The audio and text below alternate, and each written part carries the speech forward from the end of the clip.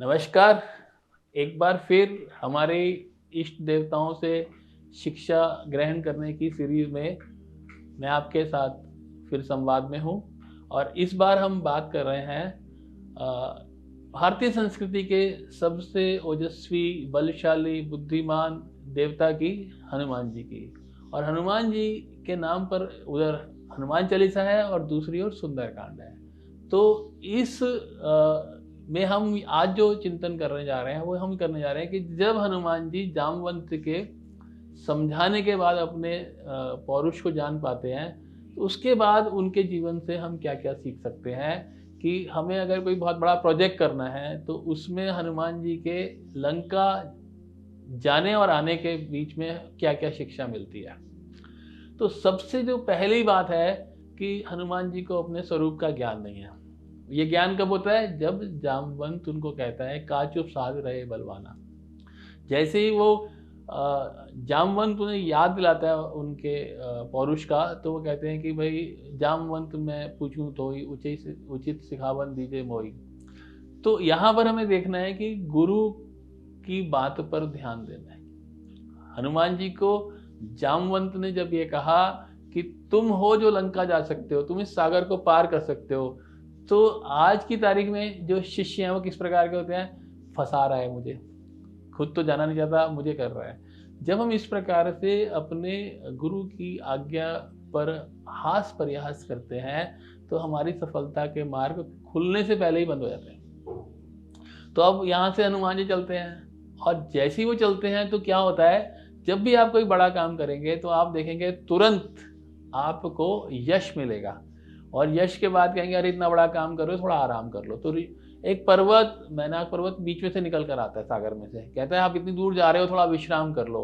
लेकिन यहाँ पर हनुमान जी एक महामंत्र देते हैं, वो कहते हैं राम काज कीजिए बिना मोहि कहाँ विश्राम। तो हमें ये याद रखना है कि अगर एक बड़ा लक्ष्य ले लिया है तो फिर हम बीच में नहीं रुकेंगे। जब तक वो लक्ष्य पूरा नहीं होता है, हमारा यह सूत्र रहेगा, राम काज कीजिए बिना मोहि कहाँ विश्राम। यानी एक बार शुरू करने से पहले 1000 बार सोच लीजिए, लेकिन शुरू कर दिया आप रुक नहीं सकते। रुकेंगे तो फिर हमने शुरू ही गलत कर दिया। अब इसके अगली घटना क्या हो रही है हनुमान जी के जीवन में? ये घटना हो रही है कि जो सुरसा नाम की एक देवी है वो आ जाती हैं ये देखने के लिए कि रावण के बल और बुद्धि के लायक ये श्रीमान हनुमान है या नहीं है। तो वो आ जाती हैं कि मुझे भूख लगी है, मैं तुम्हें खाऊंगी।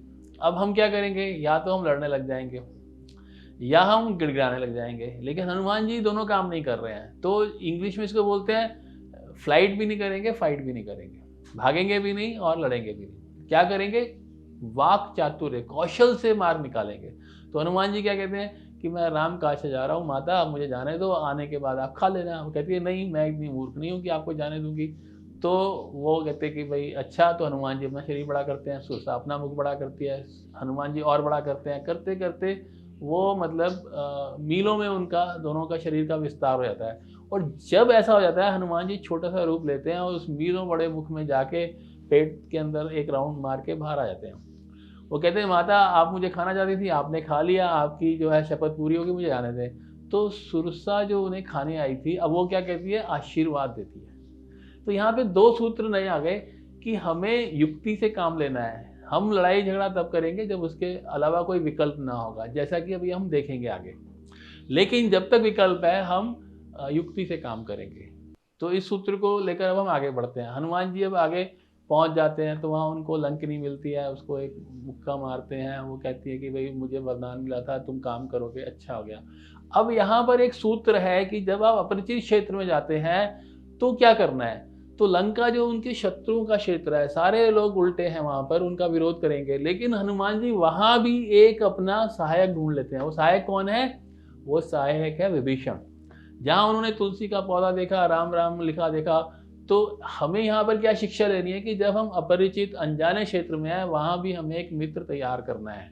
अब देखिए विभीषण से जो उन्होंने इस समय मित्रता की है, इसका लाभ क्या हुआ है वो आगे आप देखेंगे कि जब हनुमान जी सीता जी को मिलकर राम का संदेश देकर और जब वो फल खा रहे हैं तो वहां जब मारपीट होती है, उस मारपीट में रावण का पुत्र भी मारा जाता है। और हनुमान जी तो जासूसी करने गए थे, सीता का मार्ग खोजने गए हैं, तो अन्वेषक कराएंगे ना। लेकिन यहाँ पर अब आप देखिए, यहाँ पर अब आता है स्टेट्समैनशिप आती है, यहाँ पर कौशल आता है, बुद्धि का चातुर्य आता है। तो अब आप यहाँ पर देखिए क्या होता है कि वो पुत्र मर चुका है, रावण क्रोध से भरा हुआ है, लेकिन जब रावण परिचय पूछता है तो हनुमान जी ये नहीं कहते कि मैं जासूस हूँ, खोजने आया हूँ, कहते मैं राम का दूत हूँ, मैं राम का संदेश लेकर आया हूँ। वो ये नहीं कहते अहंकार में कि मैं, राम ने मुझे कहा था जो सीता को खोज कर लाएगा तो उसको मैं ऐसे करूँगा, तो वो सारा गौरव छुपाते हैं, वो विनम्र हो जाते हैं। तो वो ये कहते हैं कि मैं राम का दूत हूँ और राम के लिए आपका संदेश लाया हूँ। अगर राम की जगह, दूत की जगह जासूस हो जाएं तो वहाँ मृत्युदंड है, लेकिन दूत जो है उन्होंने कहा, और जो मित्र बनाया था विभीषण, उन्होंने कहा कि दूत की हत्या नहीं करते। तो आप ये देख रहे हैं कि उन्होंने एक अज्ञात प्रदेश में एक मित्र बनाया जो मित्र सभा में उनके समर्थन में तर्क देता है, जिसके कारण हनुमान जी का कार्य सरल हो जाता है। वो कार्य का सरल हो गया, अब मृत्युदंड नहीं हो रहा, कह रहे पूज जला दो। पूज जलाने में अब क्या हो रहा है, रावण का ही कपड़ा है, रावण का ही तेल है, रावण का ही नगर है। हनुमान जी तो कोई ऐसा नहीं है ना कि भाई वहां से एक्सप्लोसिव लाए हैं, मिसाइल लाए हैं, कि वो वहां जाकर फिट कर रहे हैं, टाइम बम लगा रहे हैं। तो ये हमें सीखना है कि अगर आपके पास बुद्धि है तो आपके शत्रु के साधन भी आपकी मदद करेंगे। तो इस चीज को जब आप देखते हैं तो आप इससे जब जीवन में आप जाएंगे, चाहे आप पढ़ाई कर रहे हैं, चाहे आप नौकरी कर रहे हैं, चाहे आप व्यवसाय कर रहे हैं, अगर आपकी बुद्धि शांति से इन विषयों पर विचार करेगी तो आप बहुत कठिन स्थान पर भी मार्ग खोज लेंगे। अब इसमें हम अंतिम बात पर आते हैं कि जब हम किसी कार्य में गए हैं तो डॉक्यूमेंटेशन का पार्ट जो है ना वो बड़ा इंपॉर्टेंट है इसमें। अब हनुमान जी चले गए, उन्होंने ये सब कार्य कर दिया, लेकिन अब रामचंद्र जी कहें कि मैं कैसे मान लूं कि भाई तुम गए थे, सीता से मिले थे। तो हनुमान जी लंका को जलाने के बाद वापिस लौटते हैं और सीता जी से कहते हैं कि माता, जैसे रामचंद्र जी ने मुझे आपके लिए अंगूठी दी थी, आप भी ऐसा कुछ चिन्ह दो जिससे प्रभु राम को विश्वास हो सके। आप ये पाएंगे कि नौकरी में, पढ़ाई में बहुत अधिक लोग ये लापरवाही करते हैं, काम करते हैं लेकिन डॉक्यूमेंटेशन नहीं करते हैं, प्रमाण नहीं रखते हैं, और उसके बाद जब उनके बदले कोई और प्रमोट हो जाता है या किसी और बच्चे के अच्छे अंक आते हैं तो वो प्रलाप करते हैं कि भाई मैंने ये काम तो मैंने किया था। अरे भाई किया था तो प्रमाण क्यों नहीं रखा। तो आज की इस चर्चा को मैं फिर से आपको बताता हूं कि हमें गुरु में विश्वास रखना है, हमें कार्य शुरू करने के बाद विश्राम नहीं करना है, बाधाएं आने पर युक्ति से काम लेना है, बल का प्रयोग तब करना है जब युक्ति से काम ना चले, अज्ञात प्रदेश में मित्र बनाना है और समय के अनुरूप अपना उत्तर बदल देना है। वो वहां से चले थे सीता की खोज करने, लेकिन दरबार में बोलते हैं मैं रामदूत हूं।